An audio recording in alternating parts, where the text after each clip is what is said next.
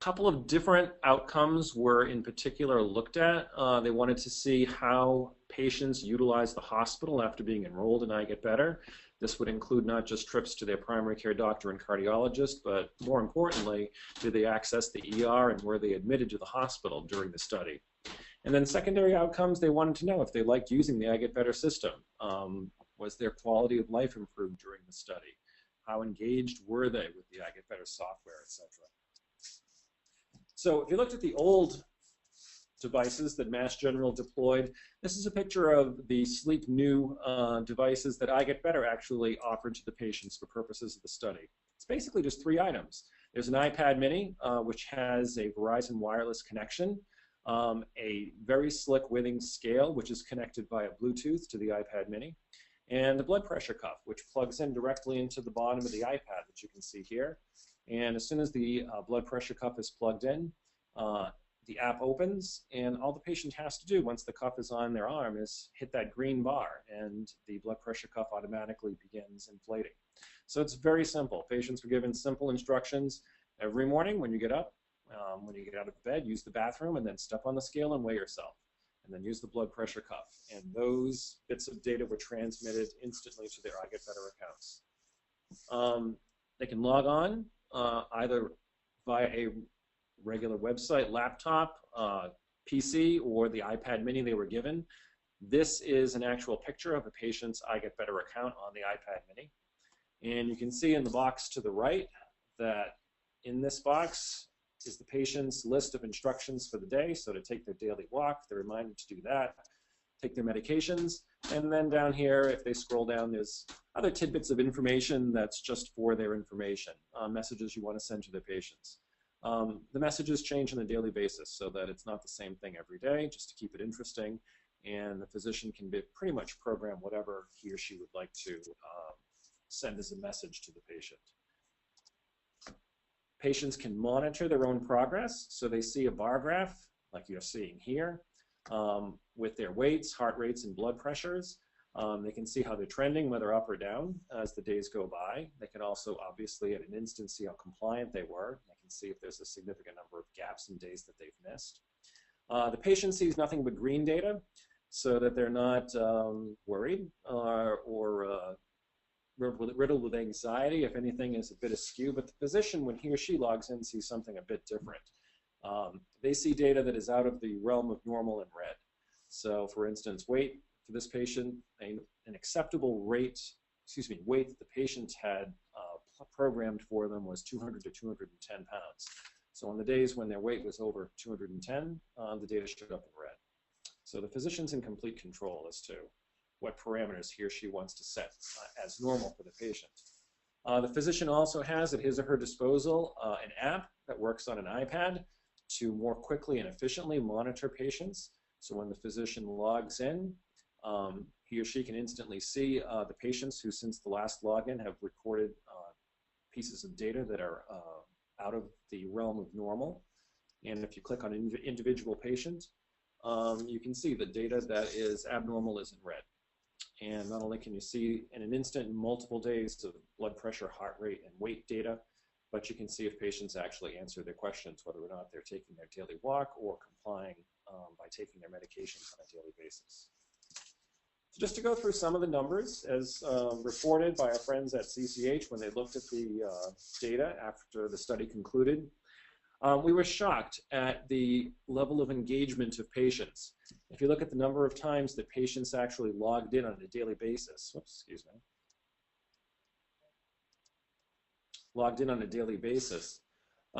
not surprisingly, the first week, the participation rate was higher. Patients logged in an average of about 4 times a day. But look at, as we went through the study from weeks 2 through 12, they still maintained an average of logging in about twice a day or 14 times a week.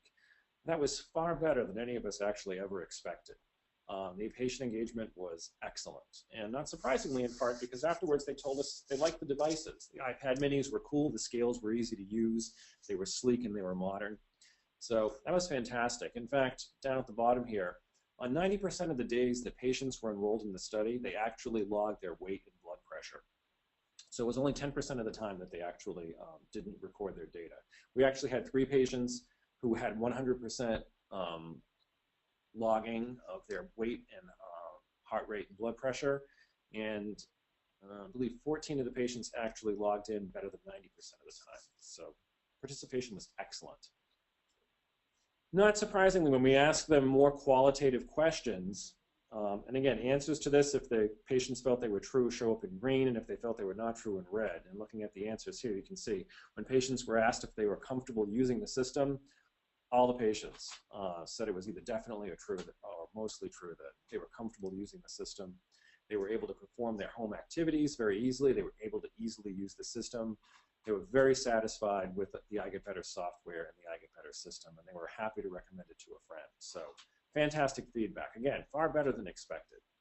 Again, they found it very easy to check their weight and their blood pressure on a regular basis. No one had anything negative to say about that. The curious thing is down here, the bottom line. Patients were also given deployment of an IVR system. In other words, they received telephone calls every day. And they were asked, did you record your weight measurements, your blood pressure, your heart rate, and were you compliant, taking your meds and doing your activities? Our friends at CCH set it up so that every patient was called every day, whether or not they were compliant and were doing what they were supposed to. Patients didn't like the daily phone calls a whole lot, not surprising, especially if they felt they were being compliant, which is understandable. But the curious thing that even though they didn't like the IVR system, they actually reported, at least 70%, that despite not liking it, it actually helped them to remember to take their medications regularly on a daily basis. And they felt their disease, 80% of the time, was actually better controlled as a result of using the I Get Better system. So again, like a lot of medicine, despite the fact that the patients didn't like it, they actually reported that it did a whole lot of good for them. So that was encouraging as well. This is kind of the take-home slide for those folks who are on the healthcare provider side of the ledger. It's kind of a complicated slide, so I'll kind of walk you through it. The first two columns are talking about admissions for patients who are enrolled in the study, both unplanned and planned admissions. There really should be 20 columns listed here, 20 rows for the 20 different patients, but in the interest of space, only the patients that actually had something significance to report were included here. So basically patients 7, 8, 10, 11, and 15 actually reported some sort of contact while they were enrolled in the study with a hospital. So whether it's an emergency room, an admission, something of that nature.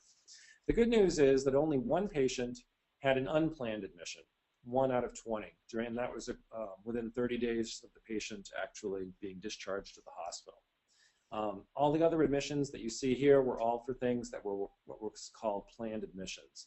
So they were unrelated to heart failure. They could be things as simply having a mole removed, something inconsequential to the nature of their illness. So the key here is that only one patient in 20 actually had an admission related to heart failure while they were using the I Get Better system during the course of the 90 days. And that's interesting because that is directly compared with the Mass General Hospital 2013 average of 23.4% of the readmission rate.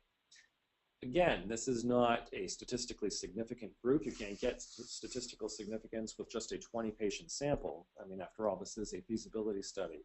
But the important thing is it does suggest that good patient engagement might very well reduce this 30-day readmission rate. And that has huge, as we said earlier, financial repercussions in a positive way potentially for the institution to decrease the penalties and the costs of dealing with heart failure. We did, of course, have some issues that patients would like to see improvement. There were a few issues with uploading of data from the scale all the way to the patient's Withings website. The vast majority of time, this was related to some issues of battery life that were experienced with the scales. During the course of the 90-day study, maybe about a third of the scales had to have the batteries replaced. And when that happened, the Bluetooth connection between the scale and the iPad was lost and needed to be reprogrammed. I Get Better has looked into this and has already been in touch with Withings. And the software in the scales has actually already been changed. And Withings tells us that that should take care of the problem. And that's going to be looked at in more detail during the next trial that is just underway at Brockton Hospital, as a matter of fact, in Massachusetts. And then there was also a second curious bit of random data measurements that occurred on average of about one patient per week. So every so often there would be a weight reading that a patient actually took and was recorded on the Withings servers, but for some reason was unable to be scanned by the iGetBetter servers. Again, iGetBetter has reported that they've already been in touch with the Withings folks on their IT side, and changes have been made to address this issue. So that shouldn't be a problem again going forward. IVR issues, once again, patients did not like the quality of the IVR voice that was occurring. It was kind of a programmed, automated, robot kind of sounding kind of voice to some degree. iGetBetter has already taken steps and is actually in the process of changing that to actual scripts that are actually read by real actors to improve the qualitative aspect of that. And then IVRs, as I have since found out, notoriously have difficulty differentiating between whether an answering machine is on the other end or a real person.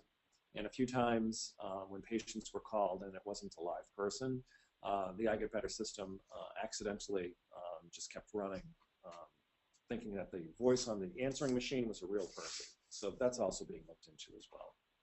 And then the last little tidbit of information that was a bit of an issue, 2 patients actually maxed out on their monthly data plan.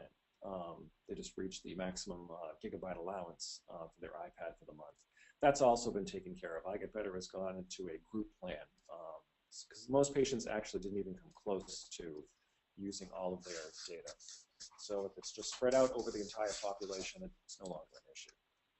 So just summarizing the trial numbers, on the positive side of things, all patients very happily and surprisingly reported very comfortable using the iGetBetter system. 80% actually believe their heart failure was better controlled as a result of using iGetBetter. Fantastic result, couldn't have asked for more. All patients liked the measurement devices, found them easy to use. In fact, anecdotally, when it was time for patients to return the devices back to iGetBetter, 2 of them actually, instead of taking the stipend that they were offered for participating in the study, actually said they wished they could actually keep the devices rather than having the stipend. So the devices were universally a hit.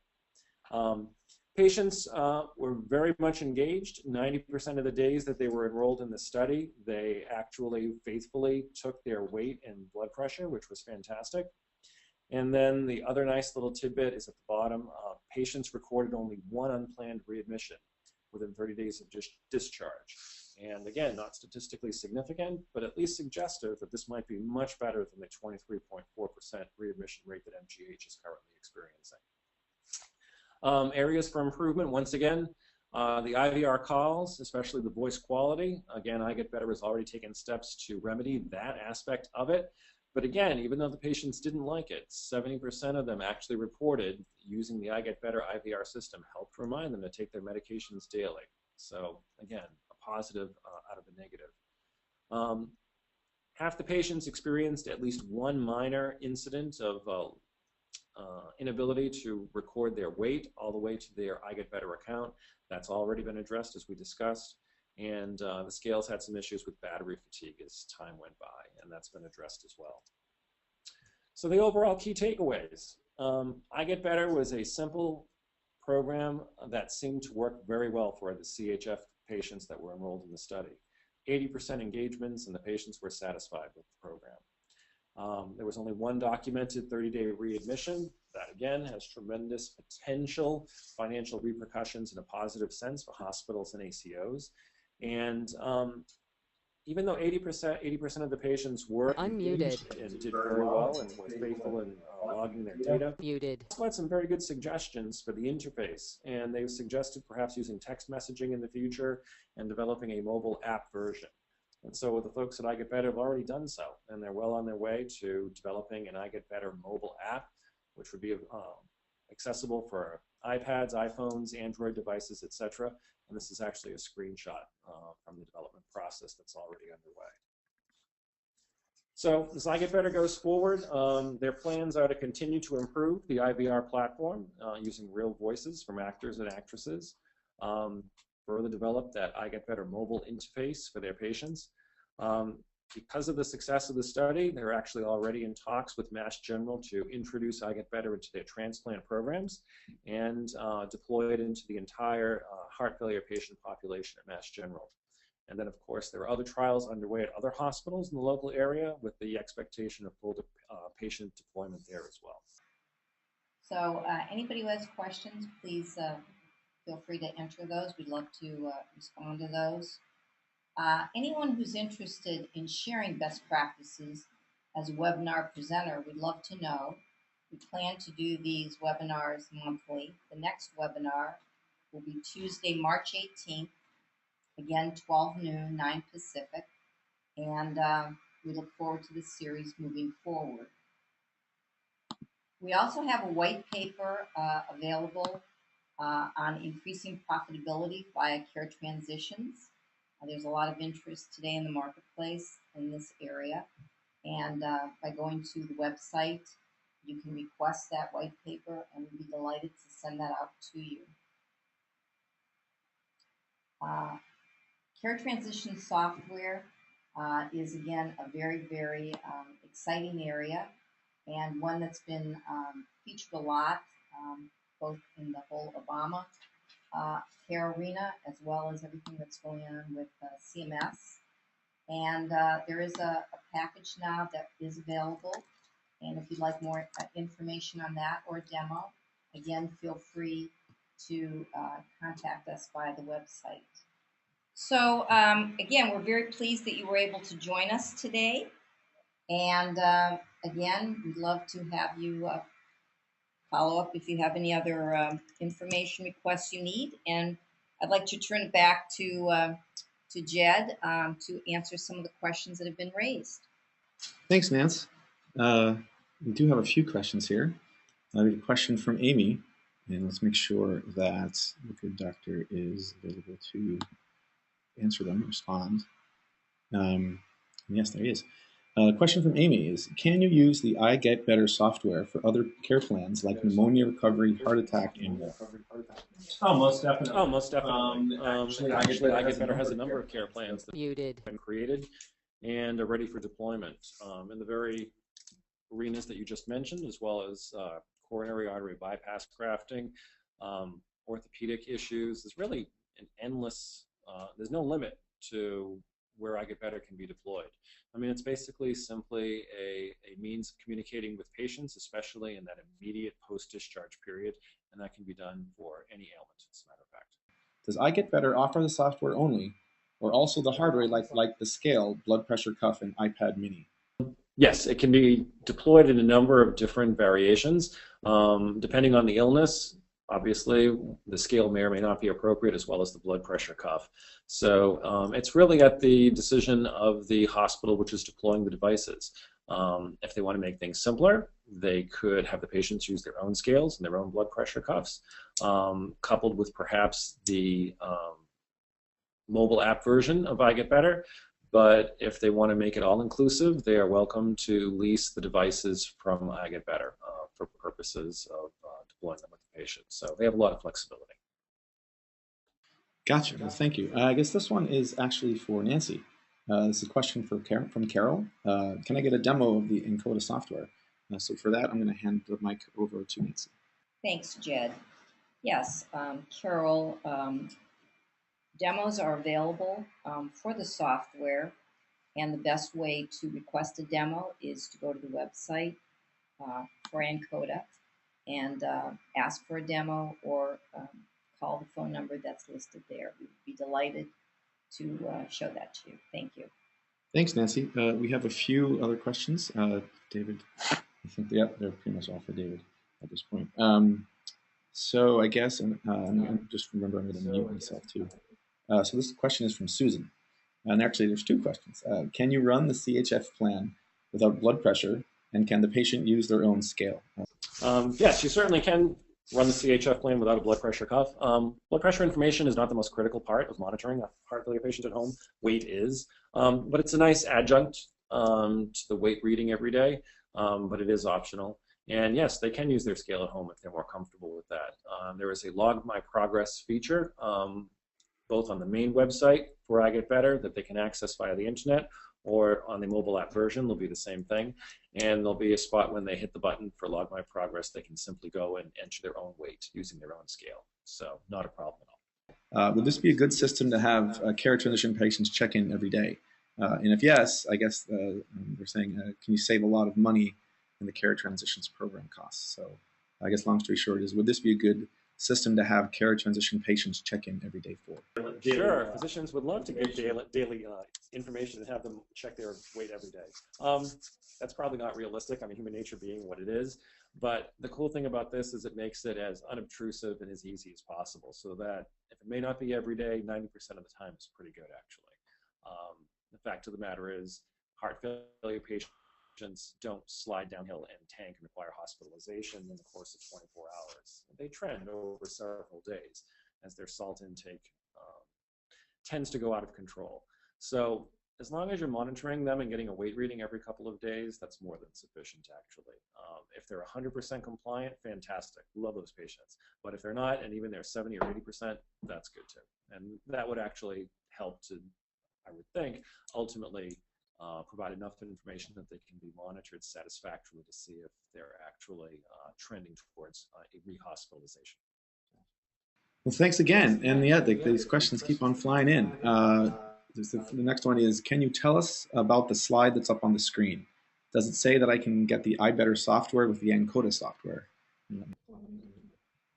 Yes, the answer to that question is I Get Better has a strategic relationship with Ankota, and again, we're available to schedule demos of I Get Better and talk more about how those two solutions can work together.